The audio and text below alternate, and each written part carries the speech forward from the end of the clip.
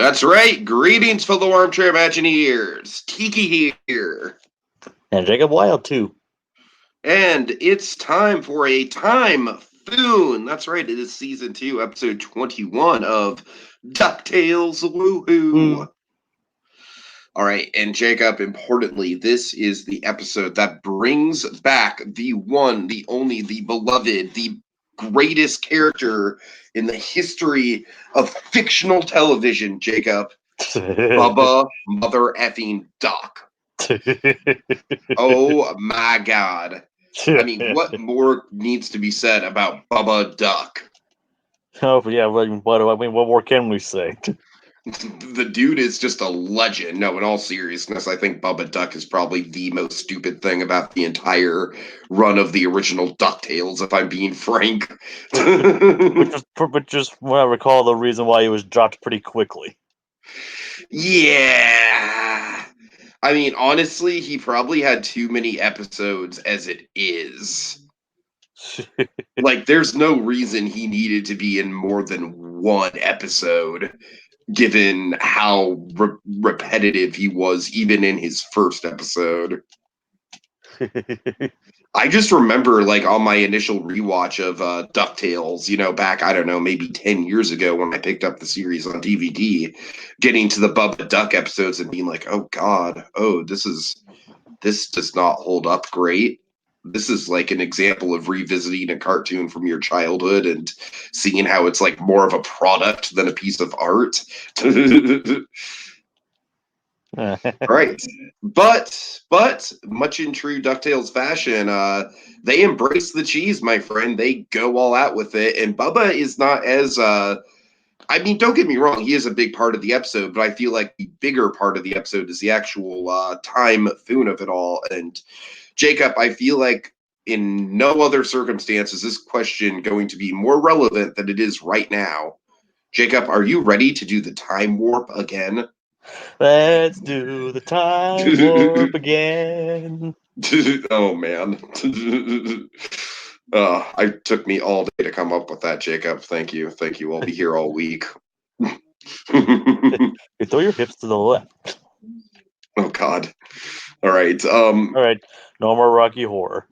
Before the switches into let's stop before the switches into Frankenfurter's song. Oh, God. Okay, so for me, the best part of the episode, bar none, was the Della and Beakley stuff. Yeah, I really like how all that came together too. Yeah. I mean, at first it was just kind of like, oh, Beakley's being maybe a little bit too, a little bit too overprotective. But no, in the long run, it really paid off. Yeah, it's like when she and these little. Oh, what she's saying is we should turn these manage these little problems where they become big problems. And she's like, when they're talking about the whole time problems, he's like, oh, I see what you did. You took it and turned it into a lesson on parenting. I appreciate that. She's like, well played, Beakley. It's like she could have easily gone off on Beakley there, but no, she's like I'm actually impressed by that.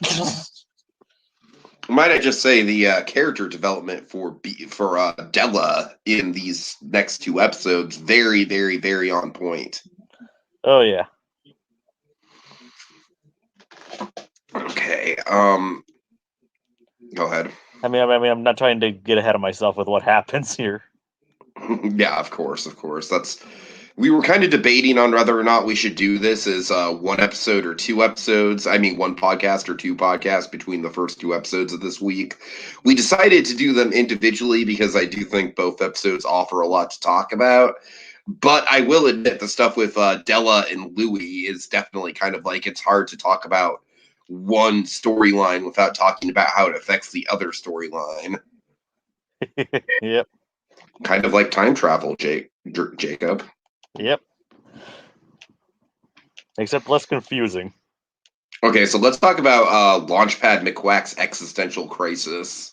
Speaking of talking about time travel being confusing, to Launchpad trying to wrap his head around how time travel is working and how Louis justifies it is just pretty funny. This is honestly one of my favorite Launchpad episodes. Hey there, Pink Pearl, can you hear us? You have a question mark next to your hello. Time travel, it's a cornucopia of confusing concepts. Indeed, indeed. That's what she said. All right. But So yeah. yeah, he's like, it's like, are we like, thank you, future and or past me. Oh God. It's like Launchpad was just like basically trying to figure, wait, are we saving the treasure, or are we, are we, we're stealing it before it's lost? But does that mean it's found? I mean, I will admit Launchpad is very amusing on this show, but I feel like he's one of those characters where it's hard to make him more memorable than he was in the 80s.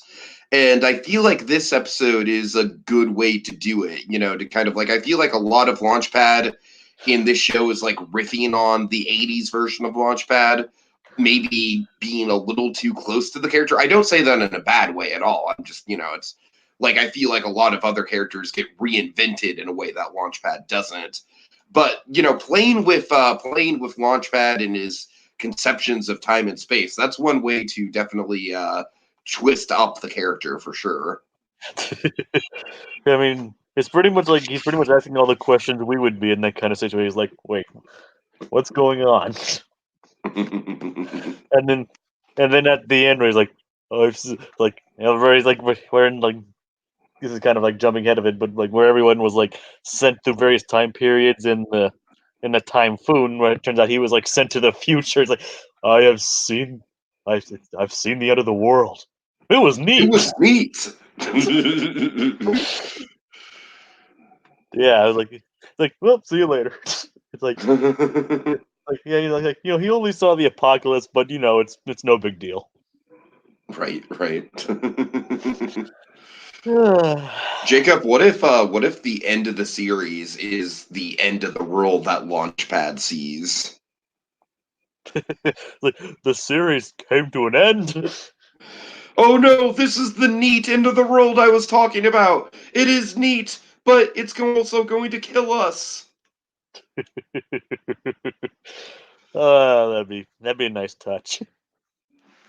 Okay, also Pink Pearl is going to finally start watching the season 2 episodes because she's going to watch them all in one big chunk now that the finale is going to air. So look forward to hearing your thoughts on the season, Pink Pearl. And Miscellaneous, aka Monkey. Hey there, Monkey. Just a couple more days until we're watching Cool Cat together. Get ready. I don't think you're ready. Speculative note for the finale. I wonder if the idol they took in the season premiere will come into play at all. Otherwise, would it be a touch odd if Goldie just took Louis' talisman and it was like no big deal?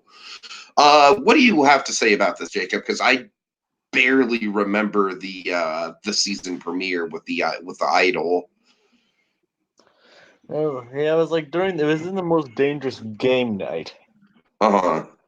I don't really remember much about what the idol was either. I think it was I just don't like, either, because with the most dangerous game night, the one thing I remember was that was like it had a really good mystery to it, but yeah, like the miniature civilization. mhm. I mean, other than that, I mean, I don't think I think if the idol was that specific idol was probably important, it probably would have been at least mentioned once more after that, rather than other than like probably would have been mentioned. That's kind of where I'm leaning to. Because if it was important and they just suddenly oh, remember this thing we just mentioned briefly for the sake of a gag in the first episode? Yeah, let's bring it back as like an important plot device later. Yeah, unless there's something that we're just straight up missing about the idol. Yeah, I mean, I can't really think of anything that I don't recall it ever being mentioned afterwards, and basically that whole adventure subplot was just for the sake of a gag. Uh-huh. I will say that I do hope that Goldie comes into play in the finale because, I will be disappointed if, I mean, I guess with Goldie, the whole thing is that Louis' big betrayal was kind of like maybe a build up to the arc that we're getting with him now. I don't know. I have no idea. Well, um, God damn it. This is kind of an episode where there's not Do you want to talk about the time warp stuff, Jacob? Yeah, the time warp stuff is like one of the most interesting parts of the episode. Like so, it's like what really that's really sells it, and just like the whole that's like how pretty much like how Louis and all of all people like pretty much almost causes the end of existence as we know it. I mean, you could definitely say they raised the stakes for this episode. I mean, like the kind of like the collision of of past people of past like where the treasures come with the basically people trying to claim their treasures that were brought to them from the present, Mhm. and basically creating mass chaos. Oh God.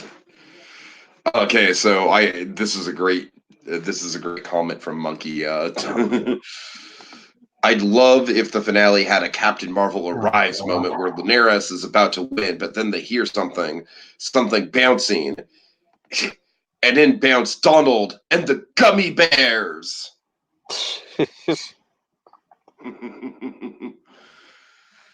And instead of the Alan Silvestri score, we hear like gummy bears flying here and there and everywhere. High adventure that's beyond compare.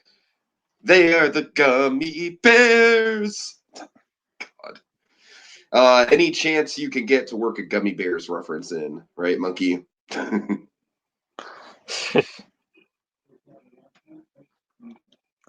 Anyway, I think Ben Franklin was by far the biggest laugh in the episode. I wanted to see more of him. Benjamin Franklin.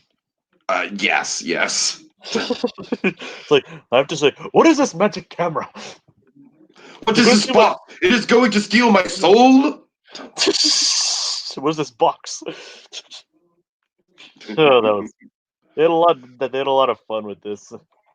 All these all these time periods colliding and crashing with each other. So basically, seeing Beakley and Della go up against a ninja. All right, you know what? I'm just gonna call it because I don't really like. We're not really getting a ton of material out of this episode. So, Jacob, I think what we should do is we should just record both of the episodes in this one podcast, just for brevity's sake. Okay. Is that okay with you? Yep. Okay. Hopefully, it's okay with the audience watching. We've got about 3 people in here, and well, I mean, Monkey and Pink Pearl, I'm assume it's fine with them, so we'll just keep going. I'll edit the video description later. I just think there's more to mine from these 2 episodes if you look at them as a whole. And like I said, I just don't want to. The thing with this episode is that it's a lot of rapid fire like time gags and stuff, and a lot of good dialogue from Launchpad, and I don't necessarily want to just like repeat all that stuff. You know what I mean? I I don't mean, know. I suppose. I'm a Okay, very self-conscious podcaster tonight. I don't know why. but maybe we could just talk about the finale because the finale is where the episode where part of where a lot of the episode really shines. Sure. You want to start us off? Yeah, it's like Della and Beakley finally come to the realization that surprise surprise it was all Louis's fault. Like we What mean a shock! yes, it was all Louis's fault, and it was his time travel that caused these rifts, and the fact that they were combining with the Timephoon that was causing all this trouble. And then most everyone is kind of like writing it off, like, "Oh, Louis, classic Louis schemer. I'm sure he learned something or other. Come in for the hug." And okay, one of the big build-ups to this moment, Jacob. You know where I thought they were going with it? What? I thought they were building to a gag of just Gyro being super duper pissed off and being like, "No, I'm not going to forgive you ever. You stole my time tub." Because we see Gyro all pissed off, and he's the one person in that group hug moment that's like not embracing Louis. You know what I mean?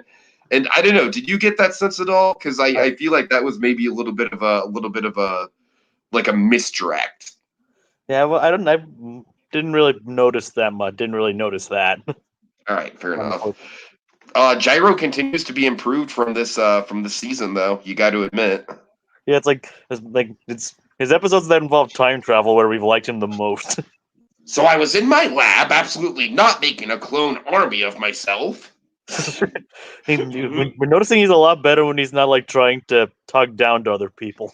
Yeah, exactly, dude. Like I'm honestly like really happy with the way that Gyro has progressed in season 2. Because if you guys remember in season 1, Gyro was maybe one of my problem spots with that season because I just kind of thought he was a dick and there wasn't really a lot of funny stuff with him being a jerk. It was just kind of just like, It was like he was just kind of like a downer most of the time. basically ever since the Western episode we got, we basically seen him on an upswing. For sure, for sure. Maybe except for that. Was he in the Gandra D episode? Because I think that was like a downturn for. I don't think he was even in much of that episode either.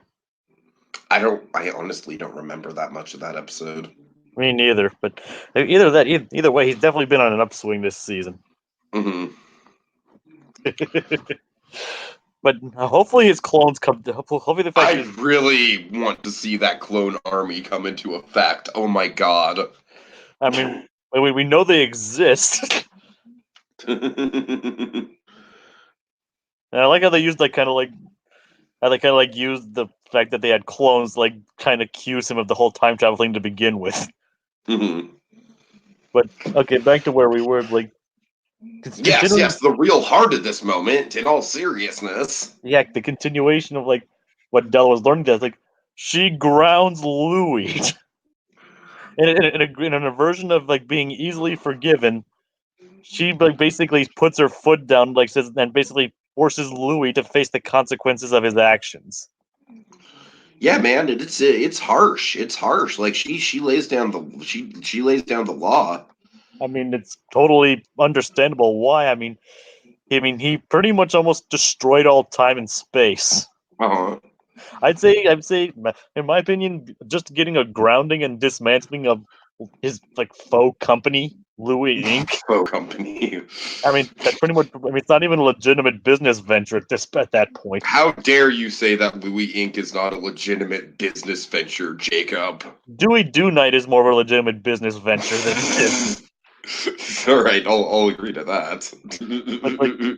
having his company dismantled by his mom at the spot, like I say, he got off pretty easy considering he, like he said, almost I mean, destroyed all of. he did, but you know what? You know what I think? The moment that's powerful for me is just Della not being able to forgive him. I mean, that to me is more powerful than the whole like being grounded and I mean, having Louis Ink being taken away. It's just the not the the yeah, excuse me. It's like the classic like I'm not mad, I'm just disappointed. You know what I mean? yeah, and then what makes that moment sink in even more was when like I wonder who I got that from. Oh yeah, right, for sure. I mean, it's like, and then it's like that's not going to deter her anyway. She still puts her foot down. It's like, I mean, technically both of them are right, but I mean, to be fair, it's like I think Louis' offense is probably in more of the wrong than hers was. I mean, sure she left them, but he pretty much tried. He pretty much through his own laziness almost destroyed. Like as I keep saying, destroyed existence as a whole. Mhm. I'd say his offense was a bit worse. I mean, not to point any fingers or anything, but they're both obviously very wrong in what they did. But she's at least trying to rectify her mistakes. Yeah, sure. And that's going to lead into episode number 22 of the season, right? 22, is that right? Yep. Okay, episode 22, which is I'm going to hide the screen share really quick so I can get the next image up, but it's Glomtails! Woohoo! It's like life is like an evil scheme here on Glomtails.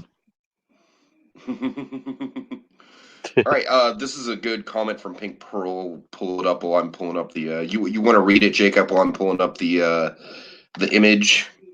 They're both learning. Louis needs to learn scheming isn't good, always had bad turnouts.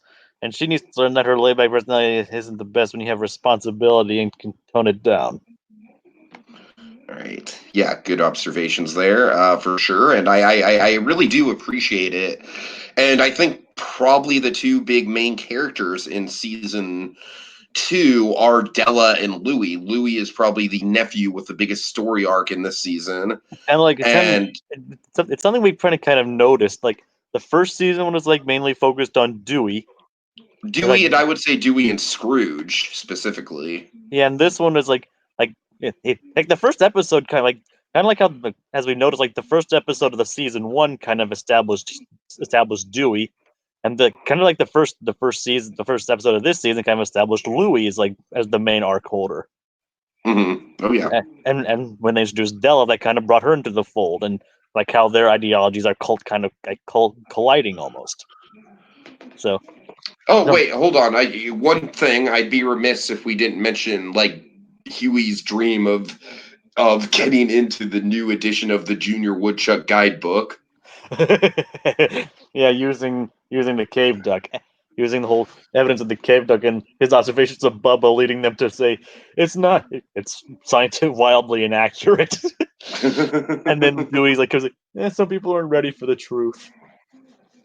And also the reveal that Bubba is probably the first McDuck. Oh yeah, that was nice too, and a good subversion. It makes that character a lot more meaningful. Like as in he means more than nothing. Pretty much. Pink Pearl, I'm curious. What are your thoughts on the original Bubba Duck from the '80s? I just out of random curiosity. Um, all right, so yeah, and like I said, Bubba Duck, he's not as prominent in this episode as I thought he would be. Like he's there, he helps save the day and everything. We get some awesome moments with the dinosaurs, but I thought that was a good use of him though. He didn't And overwhelm the episode. basically the entire arc of Huey in this episode is like pointing out how like referencing how like inconsistent and kind of pointless he was in the original series too. Pretty much, yeah. It's like dinosaurs they didn't exist at the same time. It's like they're Right. pointing out all the flaws that the original one had, but while kind of embracing its, as you pointed out, his cheesiness. Okay, so let's get back on point with Glomgold here. Monkey says, anyone else notice that Linares' picks of people who are potential threats included Glomgold? Did you notice that, Jacob?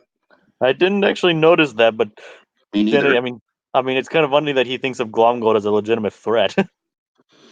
The fun thing about this episode, and I do legitimately think that Glomtails pretty much across the board lives up to the title. I think this is a delightful episode. And the great thing about it is that we get to see all the villains of the show and exactly how incompetent each one of them are. Pretty much. It's kind of funny I that like mean, if someone pointed this, I've just thought is like technically instead of like in the aversion of the usual thing, they're actually more incompetent together than they are separately.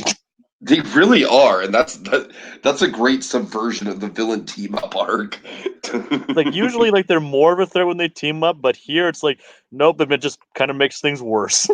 God, I love that Glongold is just like flying by the skin of his teeth this episode. Just like, I'm going to get the family together, and then we are going to defeat the Clan McDuck because that's what families do.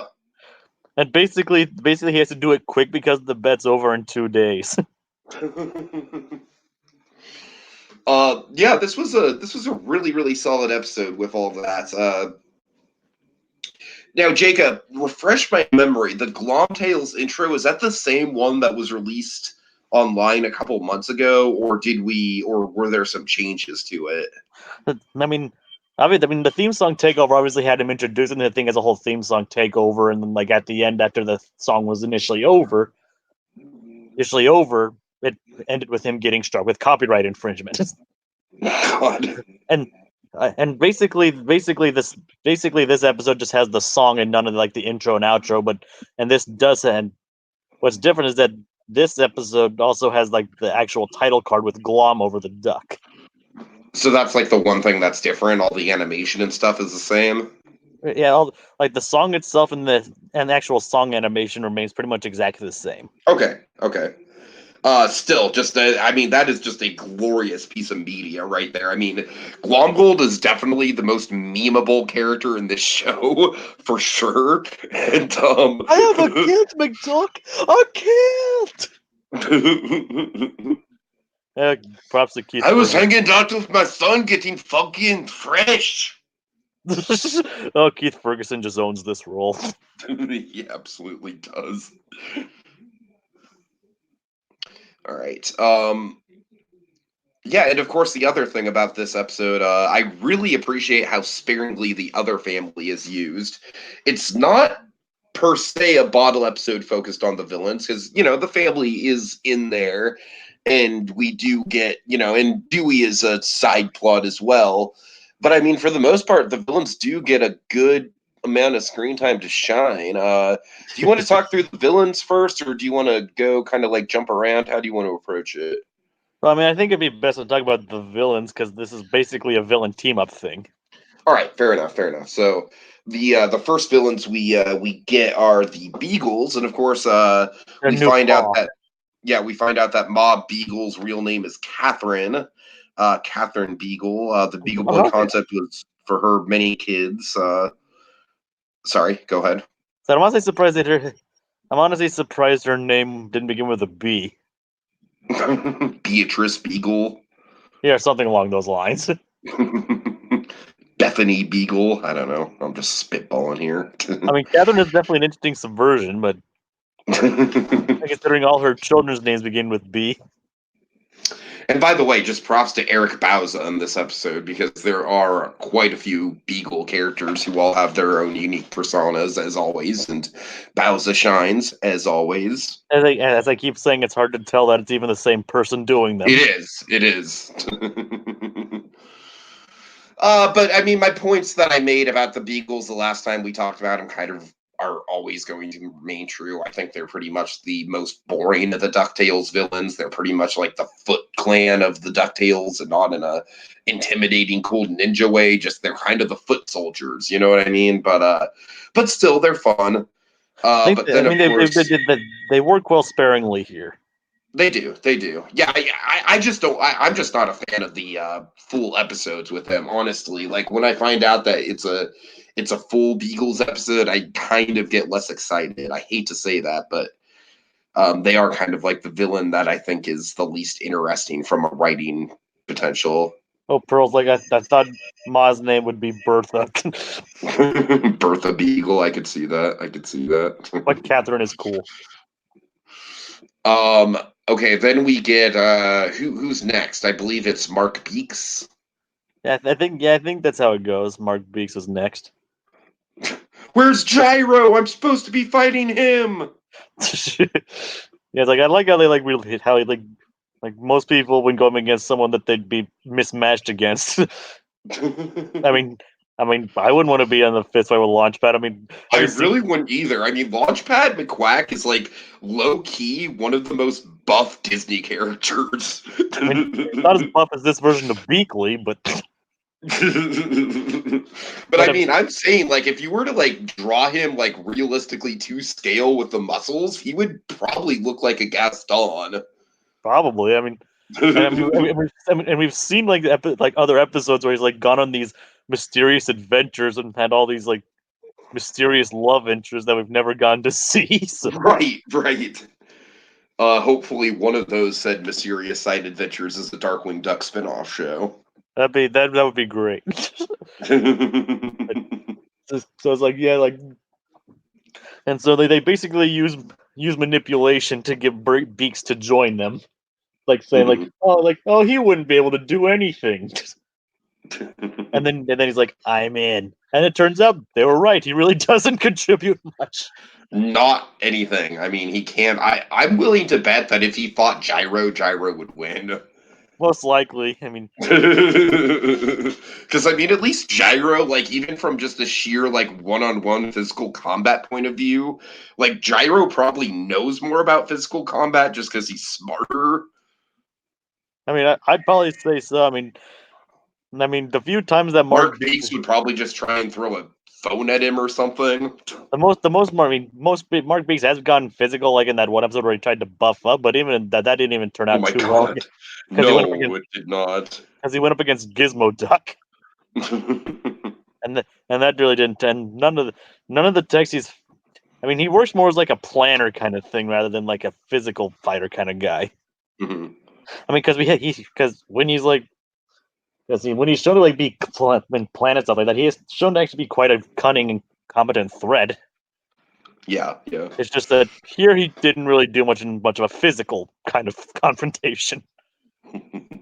And I think after that was a Don Carnage. Don Carnage. What's kind of funny here is that he's voiced by the Camel, I think his name is. I don't know how it's pronounced. Uh-huh. I think he's actually the voice of Panchito in Legend of the Three Caballeros. Oh, really? Huh.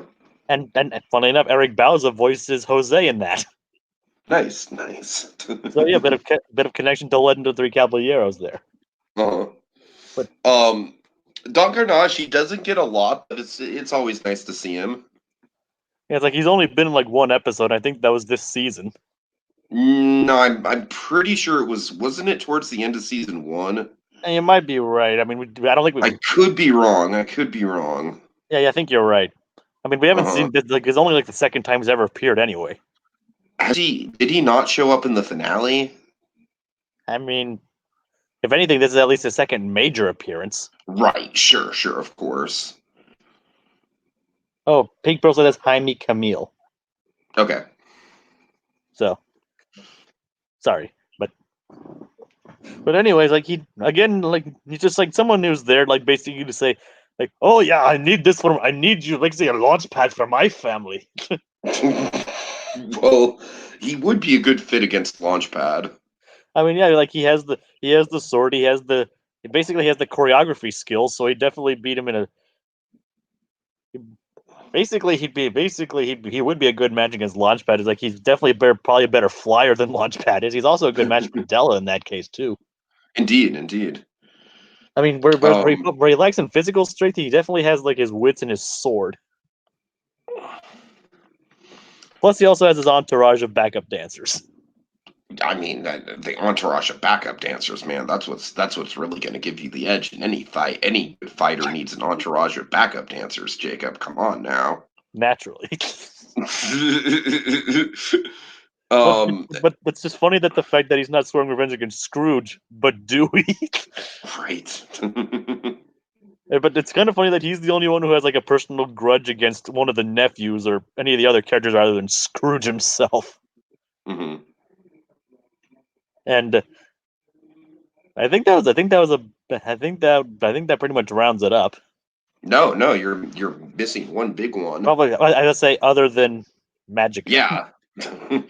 Oh man, Magica is just on fire this episode. She really is. Oh, how the mighty have fallen. And by on fire, I mean completely pathetic in the most entertaining of ways. Like I said, oh how the mighty have fallen. Oh god. I just love like my favorite bit with Magica is when they're singing the birthday song and she's like giving the half-hearted arm waves, like the half-hearted jazz hands. I don't know why, just the animation on that. She's got like the fake smile and you can just tell she just hates life in that moment. Well, you have to make a living somehow. It's a living. Yep. I mean, Magica, it's like it's great that she's gone from like maybe the most threatening character on the show to maybe the best comic relief on the show. Which is kind of an interesting twist. I mean, it's kind of funny how she like how we were basically a couple episodes ago we were talking about how much of a legitimate threat she still is, but then we see her, yeah. and now we see her like doing half-hearted kids' birthday parties. I want a toy. I want a balloon dog. Here's a snake. Snake, deal with it. Like I'll turn you all into snakes. Now, Magica, what did we say about cursing kids? not to. God.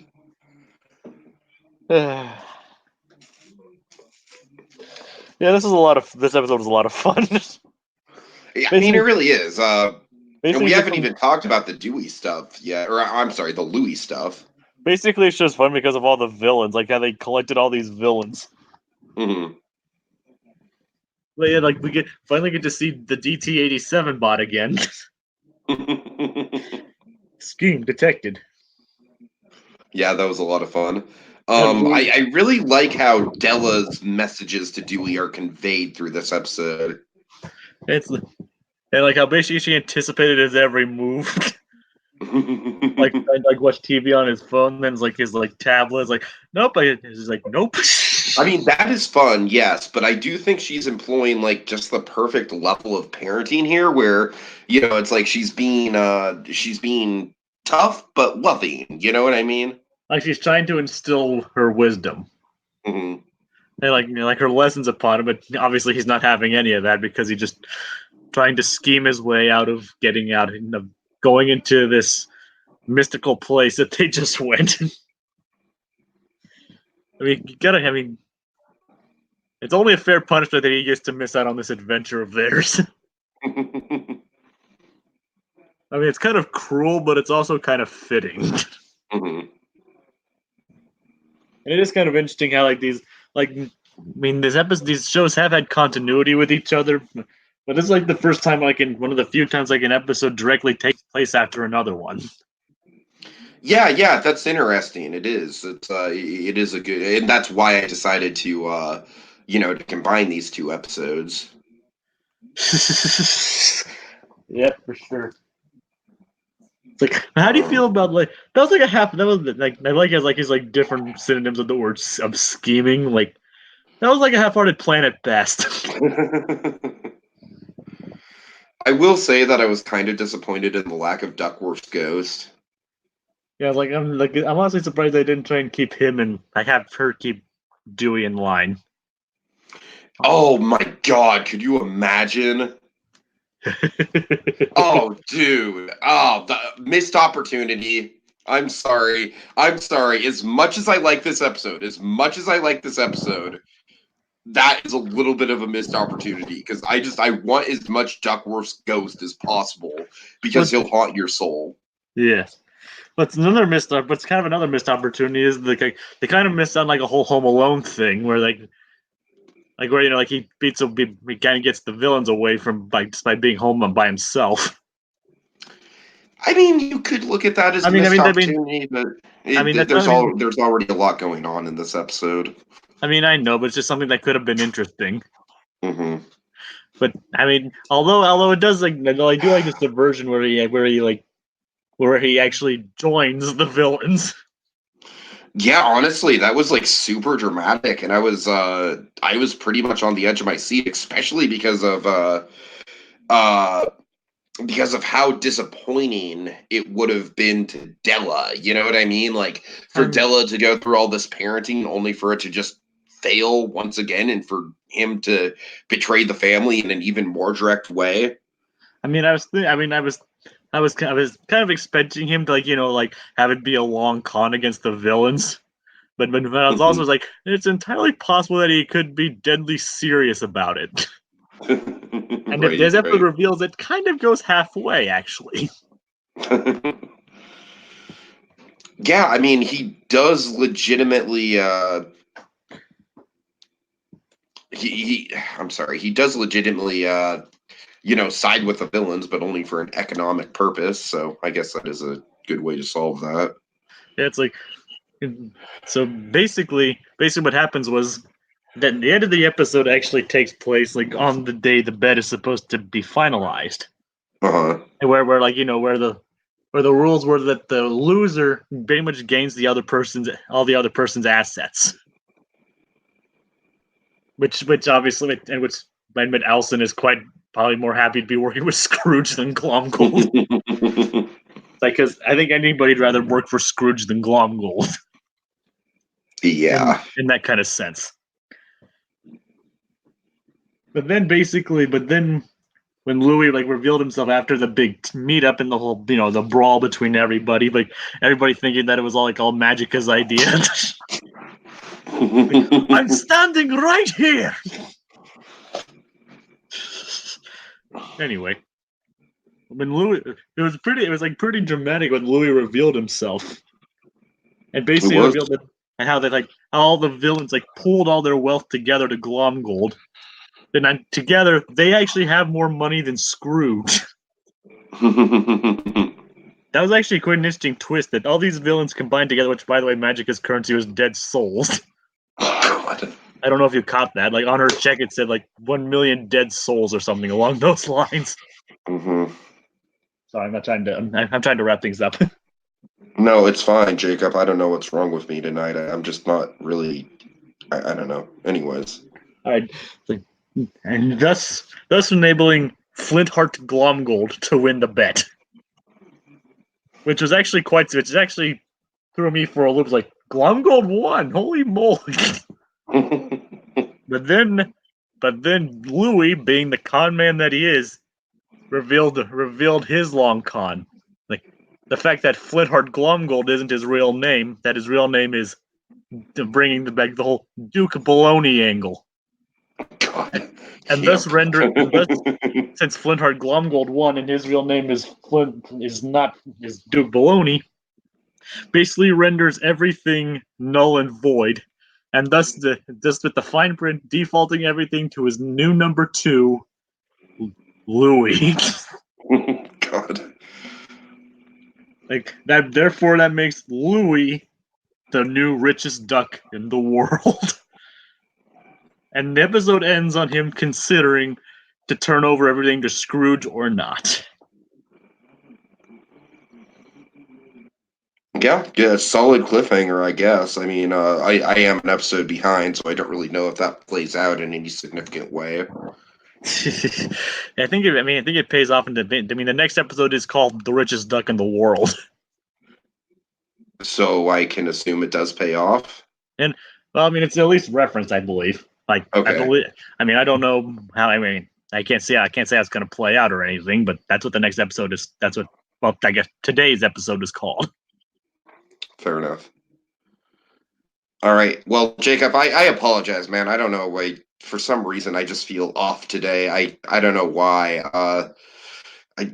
I feel like I just am self-conscious about my podcast performance tonight, and on nights where I'm like that, it's almost like a self-fulfilling prophecy because I'm so self-conscious that I just don't want to say anything for fear that it sounds stupid. So I apologize for going silent there, folks. Jacob did a good job wrapping it up, and I really didn't contribute much of anything in that final section. So I apologize. I do get self-conscious about that stuff sometimes, and I don't know. I guess I just kind of ran out of gas doing 2 episodes at once. I apologize for that. It's all good. We pretty much talked about all the stuff we wanted to. Yep. And in the runtime of about 2 episodes, so that was a pretty solid way to break it up. So thank you guys so much for joining us. Like Jacob, you said the next episode is The Richest Duck in the World. Yep. And then the finale is something moon. Moonvasion. Moonvasion, God, folks. I'm sorry. I don't mean to sound so. I don't mean to sound so apathetic. Honestly, Jacob. Honestly, I just my mind is on the trip, and I just can't think about anything but that. And so, any podcasts that I do are just going to kind of be I don't know. I can't wait for the trip either. Yep, it will be fun indeed. All right. Yep. So thanks. Next week. Go ahead. I leave next Monday. Yep, I meet you guys in 5 days. Yep, and I will be meeting up with Rob in only 2 days from now on Saturday. I'm not counting tonight as a day. So 2 days from now, and man, oh man, Monkey and I are going to be watching Cool Cat Saves the Kids, Jacob. Oh, God. That is literally the first thing on my itinerary for my vacation is watching Cool Cat Saves the Kids with Monkey. Well, I'm not even kidding. Well, best of luck with that. I wouldn't wish that upon my worst enemies. There he is. Oh God. That's the moment I'm gonna film his reaction to, by the way. He hasn't seen it yet. No, he has not. And that whole scene, Jacob, that whole backyard scene, you know which one I'm talking about. Very vaguely, yes. Right, anyways. Okay, folks. Thank you so much for watching September 20th. Oddly enough, Pink Pearl, September 20th is going to be when Jacob and I are at Scary Farm. So we're going to be, there's actually an alien maze, like not themed to alien or anything, but it's like, it's called Dark Entities. So that's vaguely Area 51-esque. So we'll be going through that maze in honor of storming Area 51.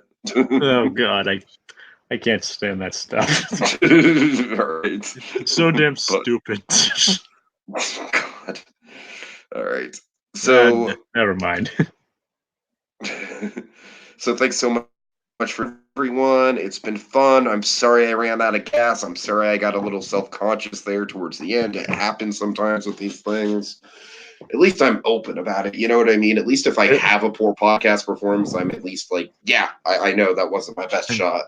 I mean, I also openly admit when I have like a stuttering problem and like went out of gas like during debates and stuff too. Right. So it's like we're all in the same boat. All right.